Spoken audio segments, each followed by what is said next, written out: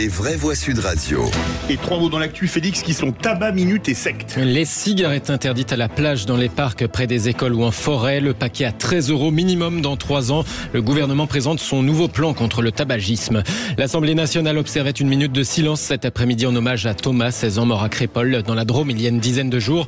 Et puis un dossier démentiel, selon les enquêteurs. 41 personnes, dont un gourou interpellé en France. Le mouvement sectaire soupçonné de se servir du yoga pour imposer des violences sexuelles.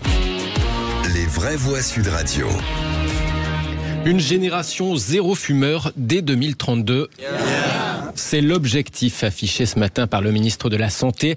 Aurélien Rousseau présentait son plan anti-tabagisme, le paquet de 20 cigarettes. Le paquet atteindra 12 € en 2025, puis 13 € minimum en 2026. Des cigarettes désormais interdites à la plage, dans les parcs, en forêt, près des établissements scolaires. Elles ne doivent plus faire partie du paysage, insiste donc le ministre de la Santé. Je crois beaucoup, très fort à cet affreux néologisme, de la débanalisation de la présence de la cigarette, de la clope dans l'espace public. Et que ça ne soit pas associé au moment ludique. À la plage. Je suis, c'est vrai, stupéfait que notre société collectivement accepte 200 morts par jour évitables. Je ne veux pas faire peur aux parlementaires, mais ça veut dire qu'en 3 jours, l'hémicycle de l'Assemblée nationale tout entier, c'est ça la réalité. On a des seuils de tolérance sur l'acceptable ou l'inacceptable qu'il faut remettre dans le bon ordre. Le ministre de la Santé, Aurélien Rousseau, confirme aussi l'interdiction des puffs, ces cigarettes électroniques jetables très prisées des plus jeunes. Et puis le deuxième mot, une minute de silence observée cet après-midi à l'Assemblée nationale. Une minute de silence en hommage à Thomas, 16 ans, mort poignardé il y a 10 jours dans un bal à Crépol dans la Drôme. La présidente de l'Assemblée, Yaël Braun-Pivet, a salué sa mémoire. En pleine fête de village est survenu un drame qui endeuille et choque notre pays tout entier. Un déchaînement de violence a fait basculer une commune française dans l'horreur.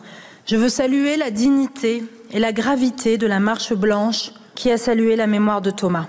Il importe que justice soit rendue.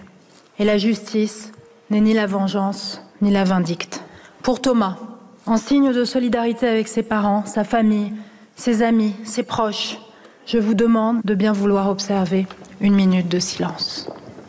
Je me réjouis que la présidente de l'Assemblée nationale ait répondu favorablement à notre demande d'observer cette minute de silence, a réagi le patron d'LR, Éric Ciotti. Quant à la première ministre, Elisabeth Borne, elle salue la mémoire d'un jeune homme qui incarnait, je cite, des valeurs de générosité, de courage si propres à son sport, le rugby. On en parlera tout à l'heure. 3e mot, secte. 41 personnes viennent d'être interpellées en France, dont le gourou d'un mouvement sectaire de yoga. Oui, il incitait les femmes victimes à accepter des relations sexuelles avec le dirigeant du groupe ou à s'adonner à des pratiques pornographiques tarifées en France ou à l'étranger. C'est ce que précisent des sources proches de l'enquête auprès de l'agence France Presse. Le gourou roumain et suédois de 71 ans avait fondé ce mouvement pour l'intégration spirituelle vers l'absolu. C'est son nom, le MISA. 175 policiers ont été mobilisés pour l'interpeller, ainsi que 40 autres responsables en Seine-et-Marne, dans le Val-de-Marne, à Paris, ainsi que dans les Alpes-Maritimes. Un mouvement sectaire accusé d'enseigner le tantra yoga pour conditionner les victimes à accepter des relations sexuelles via des techniques de manipulation mentale pour supprimer toute notion de consentement. Alors, lors des arrestations, 26 femmes ont été libérées, certaines sous emprise, logées dans des locaux exigus à l'hygiène douteuse. La Mivilude, la mission interministérielle contre les dérives sectaires, avait adressé en juillet 2022 un signalement au procureur de la République.